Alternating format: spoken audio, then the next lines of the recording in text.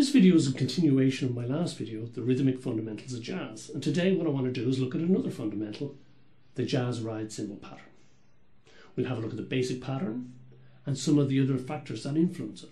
In other words, the accents, the beat placement, the variations, and how it works in the music, etc. So, before I do that, remember that this sort of technical analysis only works when it's put in context. And of course the context is the music. So if you really want to play jazz properly, you've got to play it. You've got to listen to it, you've got to understand how it works, and you've got to love it. It's no different than any other style of music. So remember that, even though you may get some benefit in terms of coordination or technique when you're working on this stuff, that it's only when it's put into its proper home, which is ensemble playing, that it really makes sense, that the real satisfaction begins. Okay, let's begin. The basic jazz ride cymbal pattern. 1, 2, 3, 4.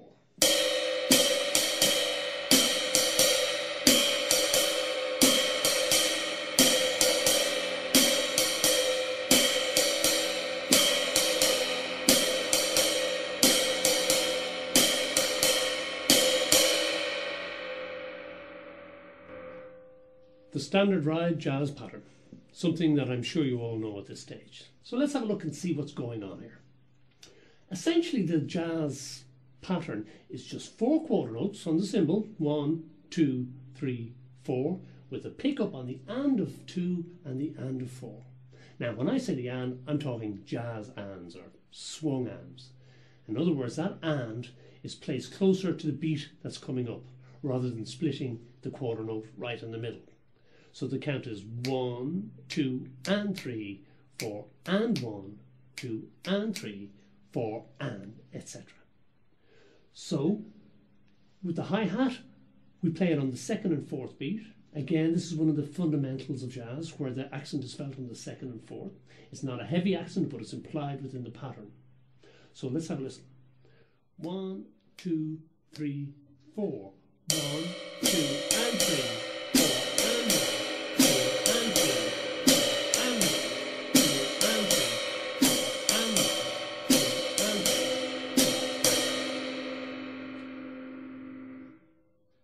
This is the basic jazz ride cymbal pattern. Now, let's have a look at some of the factors that affect that. The first factor I'm going to look at is the placement of the pickup note. In other words, that and that's between 2 and 3 and 4 and 1. Now, in its traditional sense, it's a triplet or a swung 8th note, so it's 1, 2, 3, 4, and 1, 2, and. But that and can be shifted around the place a bit, and if you do that, it'll have a profound effect on the jazz cymbal beat. So, for the first example, what I'm going to do is put that and near the middle of the beat, as if it becomes like a straight 8th note. And will you hear how the beat sounds completely different? 1, 2, 3, 4.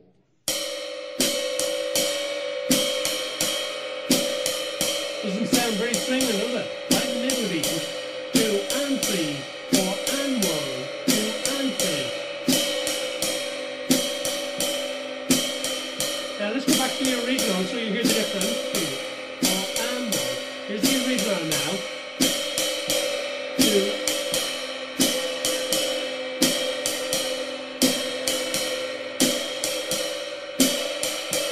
Go back to straight 8-note button. Back to the swing.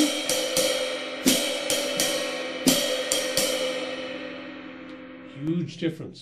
And that was only one note changing. Remember, the original quarter notes are still in the same place. It's only that one note moving it that makes the effect. Similarly, we can move that note right close to the next beat. Instead of the and falling on the 3rd triplet, it could be like the 4th 16th. So it's becoming very close to the beat that's coming up. Let's have a listen to that. 1, 2, 3, 4.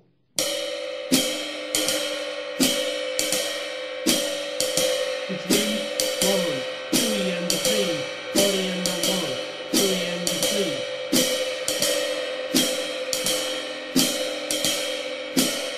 Back to the original.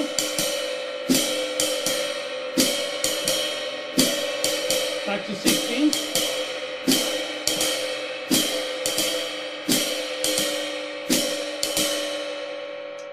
see, again, has a very profound effect on the feeling from the rhythm. This one feels much tighter. In fact, I would suggest I played nearly 32nd notes rather than 16s and made it even closer to the beat. So that placement of the and, whether it's in the middle of the beat, whether it's on the third beat of the triplet as in the conventional, or whether it's in the 16, has a huge effect. Now remember, those sort of moving around of the eighth note will only be possible at slower to medium tempos, because as soon as you get into fast tempos or faster tempos in swing, you cannot move that eighth note around. You don't have the space between the quarter notes to do that. So you're playing 1, decadin, decadin, decadin. If I play 1, 2, 1, 2, 3, 4.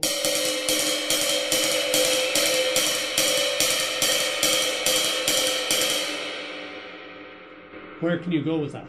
Of course, there's a lot of other factors and a lot of other things you can do, but just in this pure straight ahead sense, there's very little room you can maneuver.